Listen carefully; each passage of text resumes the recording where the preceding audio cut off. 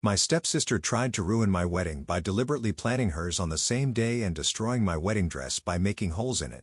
My parents chose to attend her wedding, leaving me alone on mine. But when they saw me on TV, they were shocked. They rushed to my house, but were left speechless. Because my wedding day was supposed to be one of the happiest moments of my life, but my sister, Helen, had other plans. When I first told my family about my wedding date, Helen acted like she didn't mind. With a casual smile, she said, "Oh, you're having a small, simple wedding anyway, right? So, it's fine if our weddings are on the same day." At first, I thought I had misheard her. But, no. She had deliberately planned her wedding for the exact same date as mine. She knew this would mean that all our relatives and family friends would be at her ceremony instead of mine. My heart sank, but I didn't say anything. I should have known better than to expect anything different from her. 3 months passed and finally, the big day arrived. I was nervous but excited, standing in my wedding gown, surrounded by a handful of close friends. I had tried not to think about Helen, but deep down, I couldn't shake the uneasy feeling in my chest. Then, just as the reception was in full swing, I turned, and there she was, Helen, in her wedding dress. I blinked, unable to believe my eyes. "Helen? What's going on? Why are you here? What happened to your wedding?" She smirked, tossing her perfectly styled hair over her shoulder.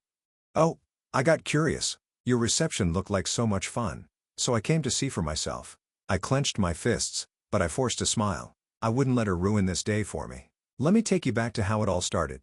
My name is Patricia. I'm 29 years old and have been working at the same company since I graduated high school. I started as a junior employee, but after years of hard work and dedication, I earned recognition and respect in the office. My job was fulfilling, and life was good. 3 years ago, I met Ryan. He was kind, funny, and treated me in a way no one ever had before. We started dating, and with each passing day, I fell for him more. Then one evening, he got down on one knee and asked me to marry him. My heart pounded, my hands trembled, and for a moment, I thought I was dreaming. "But, are you sure?" I blurted out without thinking. "Are you really okay with someone like me?" Ryan chuckled softly and took my hands in his. "It has to be you, Patricia. No one else." Tears welled in my eyes as I nodded.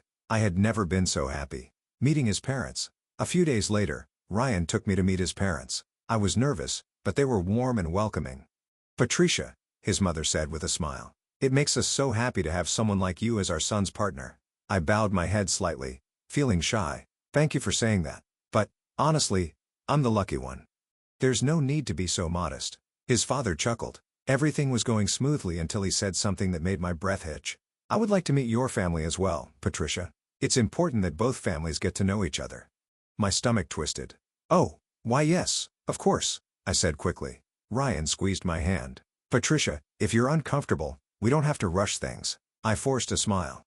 "I'll be fine, Ryan." But the truth was, I wasn't fine. My family didn't love me. I had a reason for feeling uneasy about introducing Ryan to my family. Unlike Ryan's parents, who were kind and accepting, my own family had never treated me that way. My older sister, Helen, was breathtakingly beautiful. Even as a child, she had been admired by everyone. She worked as a child model, and in high school, she became a well-known reader model. My parents doted on her, praised her, and showered her with attention. And me? I was the quiet, ordinary daughter. The one no one paid attention to. The one who was always in Helen's shadow. No matter what I did, I could never be good enough in their eyes. That's why, deep down, I knew my wedding wouldn't be a priority for them. And when Helen chose to get married on the same day, she proved it once again. But, no matter what she did, I wasn't going to let her take this moment away from me. A childhood of neglect. Growing up, I learned one painful truth. I would never be as important as my sister, Helen. She was beautiful, charming, and adored by everyone, especially our parents. Meanwhile, I was the forgotten child, the one they barely paid attention to.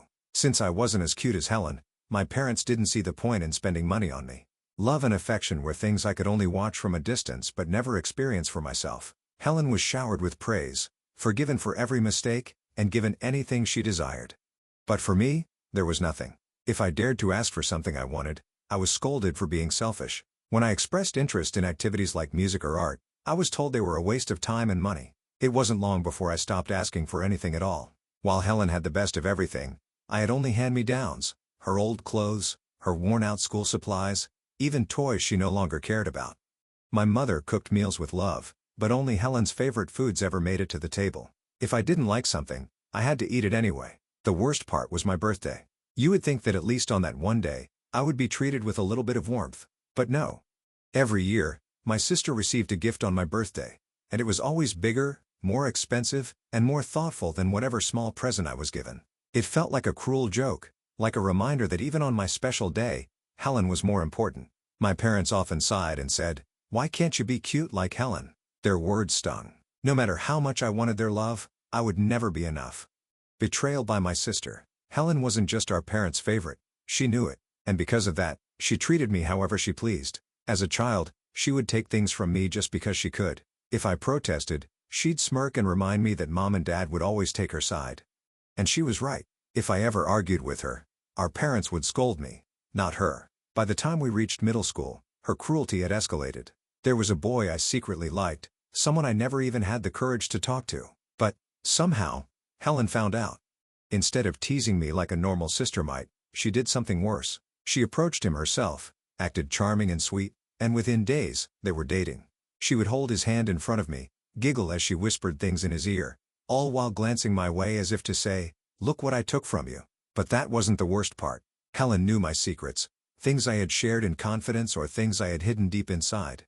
And she used them against me. Somehow, boys I had never even spoken to knew things about me. Embarrassing things. At first, I couldn't figure out how, but then I saw Helen, laughing with her friends as she told stories about me, throwing out my secrets like they were nothing. I wanted to fight back, to defend myself, but I knew it would be useless.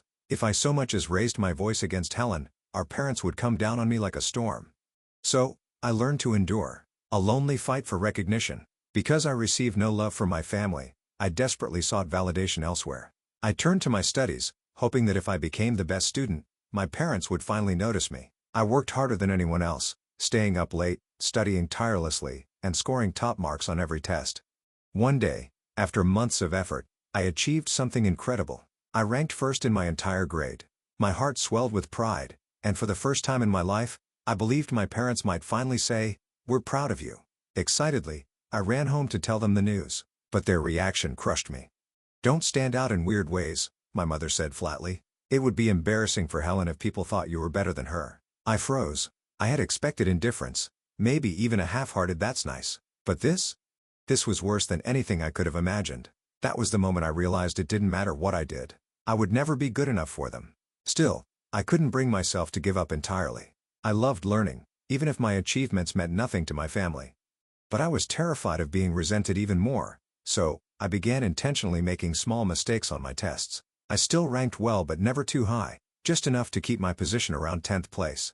The dream that was stolen. Eventually, I managed to convince my parents to let me attend the best high school in town. My argument was simple. It was actually cheaper than some of the other public schools. The only reason they agreed was because they thought they were saving money. But when it came time to go to university, I didn't even get the chance to fight. "We've wasted enough money on you," my parents said. "It's time for you to start working and pay us back." My heart shattered. Unlike Helen, who had everything handed to her, I was expected to give up my dreams. My high school was filled with students who were preparing for prestigious universities. But for me, college wasn't even an option. When my teacher noticed I wasn't applying anywhere, he asked me why. I hesitated, but eventually I told him the truth. His expression darkened, his voice filled with sadness as he sighed. "I wish I could help, but it's a family matter. There's nothing I can do." And just like that, my future slipped through my fingers. I had worked so hard, only to be told it was all for nothing. Cutting ties with my family.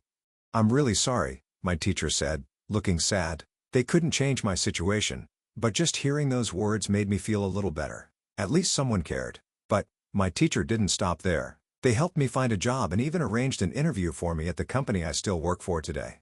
I was grateful beyond words. When I told my parents that I got a job, I hoped for at least a small sign of happiness from them. Instead, they barely reacted. "Just make sure you bring in money," they said. That was all. No congratulations, no encouragement, just another reminder that to them, I was only useful if I could provide something. I felt disappointed, but instead of letting their coldness bring me down, I made a decision. I would become independent as soon as possible.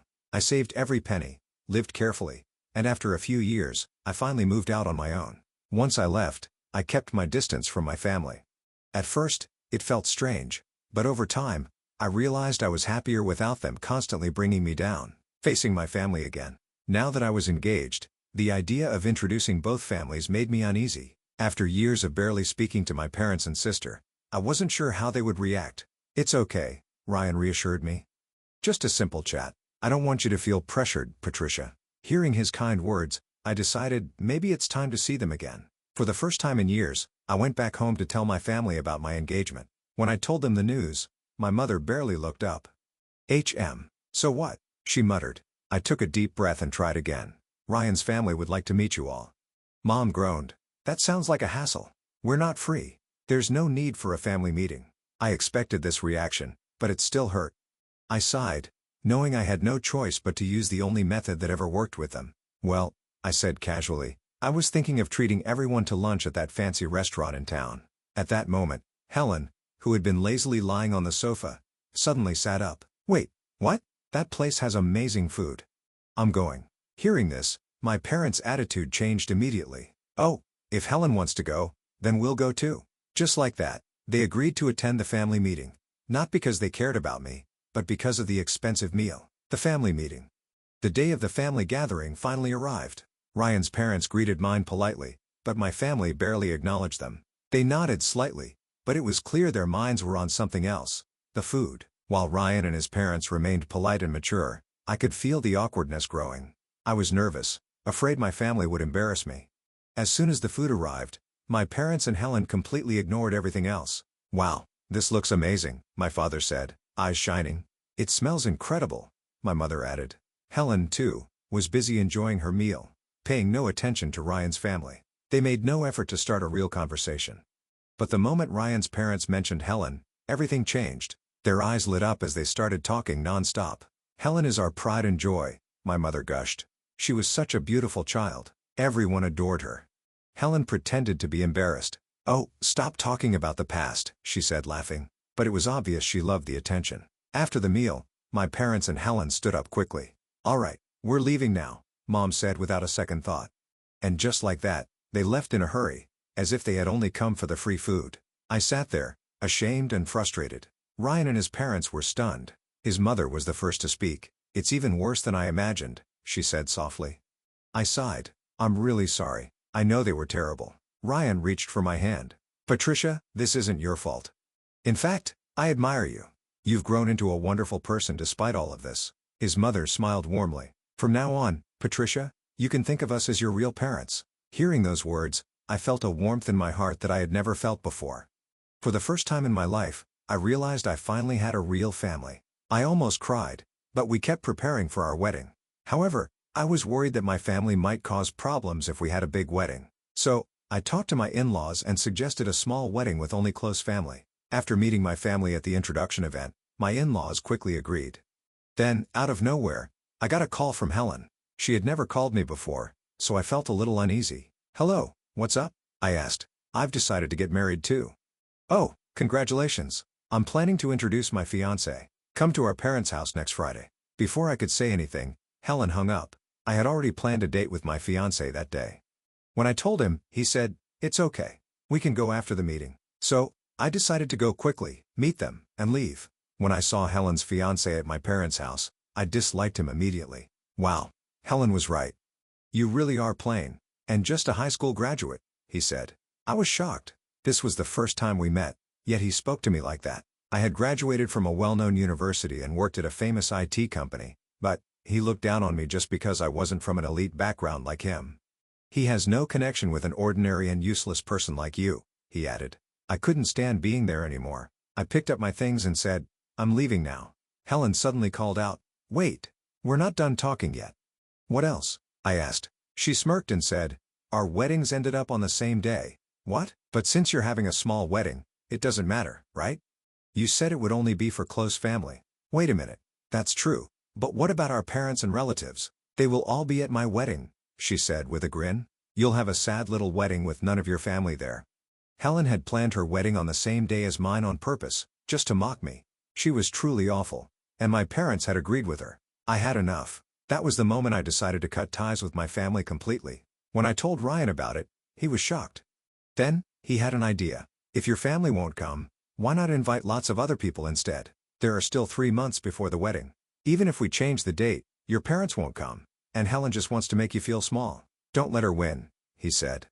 His words made sense, and I felt determined to move forward without my toxic family. I suddenly remembered something about Ryan's father. By the way, wasn't your father? 3 months passed, and finally, our wedding day arrived. Many people attended, including our friends, co-workers, and Ryan's relatives. At the start of the ceremony, we let everyone know that my family wasn't there. Everyone supported us and told me not to let my sister or parents bring me down. Because of their kindness, the wedding had a warm and happy atmosphere. After the wedding, the reception began, and the host was full of energy since so many people had come. Our friends performed, and thanks to some connections, a professional musician played, making it an amazing celebration. Then, out of the corner of my eye, I saw my parents, Helen, and her husband walk in. I quickly went toward them. They looked shocked as they watched the lively reception. When they saw me coming, they also walked toward me. "What is this?" Helen asked, confused. "What happened to your wedding? Were you curious because our reception is so much fun?" I said with a little smirk. Helen's face turned red with anger. "What do you mean? Were you supposed to have a small ceremony with only families?" Actually, this wedding venue was a very popular and expensive place, which is why Helen had chosen the same venue as us, probably to mock me. "Why are there so many people at your reception?" she asked, looking around. "Well, our friends, co-workers, and my father-in-law's company employees are here," I explained. Helen's fiancé suddenly turned pale. "Wait, what? The groom's father's company employees?" Then he looked around in shock. "No way! Why are all the people I invited from the company here?" Helen and her husband stood there, stunned. It turned out that the company employees who were originally supposed to attend Helen's wedding chose to come to ours instead, because they actually worked for my father-in-law's company. "You mean your father-in-law's employees?" Helen's fiancé asked in disbelief. "Yes," I replied. "He just arrived." At that moment, Helen's fiancé's face froze. "The president. Why is he here?" "Well," my father-in-law said, stepping forward, "it would be strange if a father didn't attend a son's wedding. Though, it seems like some parents here have a different way of thinking." He glanced at my parents, who looked embarrassed. Then, he turned to Helen's fiancé and said, "I heard you deliberately planned your wedding on the same day as my son's. What was your reason?" Helen's fiancé immediately tried to shift the blame. "I had no idea it was your son's wedding. Besides, it wasn't my idea, it was my wife's. She said she wanted to humiliate her own sister." Helen's eyes widened in shock. "What? Why are you blaming everything on me? You also said it was fun to put down someone from a lowly high school background." "You idiot! Stop talking." "Not in front of the president," her husband snapped. "It's your fault for blaming me first," Helen shouted back. Right in front of us, Helen and her fiancé started arguing like children. My father-in-law finally lost his patience. "Enough already. This is Patricia and my son's important reception." Helen's fiancé panicked and ran out as if escaping.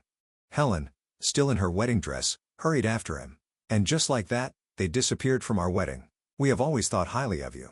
Since we're already here, maybe we'll stay for the reception." Helen's wedding reception had many empty seats because all of the groom's work colleagues had canceled to attend ours. Naturally, Helen was upset, and even her friends and the groom's friends laughed at her, making her the center of the jokes. My parents, who were always so proud, looked embarrassed and angry. It seemed like their frustration made them want to mock our wedding instead. "We always knew Patricia was more reliable," they suddenly said. Hearing my parents praise me out of nowhere gave me chills.